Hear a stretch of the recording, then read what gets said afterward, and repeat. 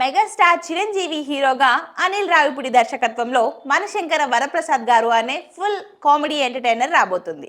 ఈ సినిమాలో extended cameo పాత్రలో విక్టరీ వెంకటేష్ నటిస్తున్న సంగతి తెలిసిందే. 2 రోజుల క్రితం వెంకీ ఈ సినిమాలో ఓ పాట షూట్ ని కూడా పూర్తి చేశాడట. అయితే దర్శకుడు అనిల్ రావిపూడి తాజాగా ఇచ్చిన ఇంటర్వ్యూలో వెంకటేష్ పాత్ర గురించి ఆసక్తికరమైన విషయాన్ని వెల్లడించారు. వెంకటేష్ పాత్ర చాలా ఇంట్రెస్టింగ్ గా ఉంటుందని, పైగా సినిమాలో వెంకటేష్ దాదాపు 20 నిమిషాలు కనిపిస్తారని డైరెక్టర్ అనిల్ రావిపూడి క్లారిటీ ఇచ్చారు.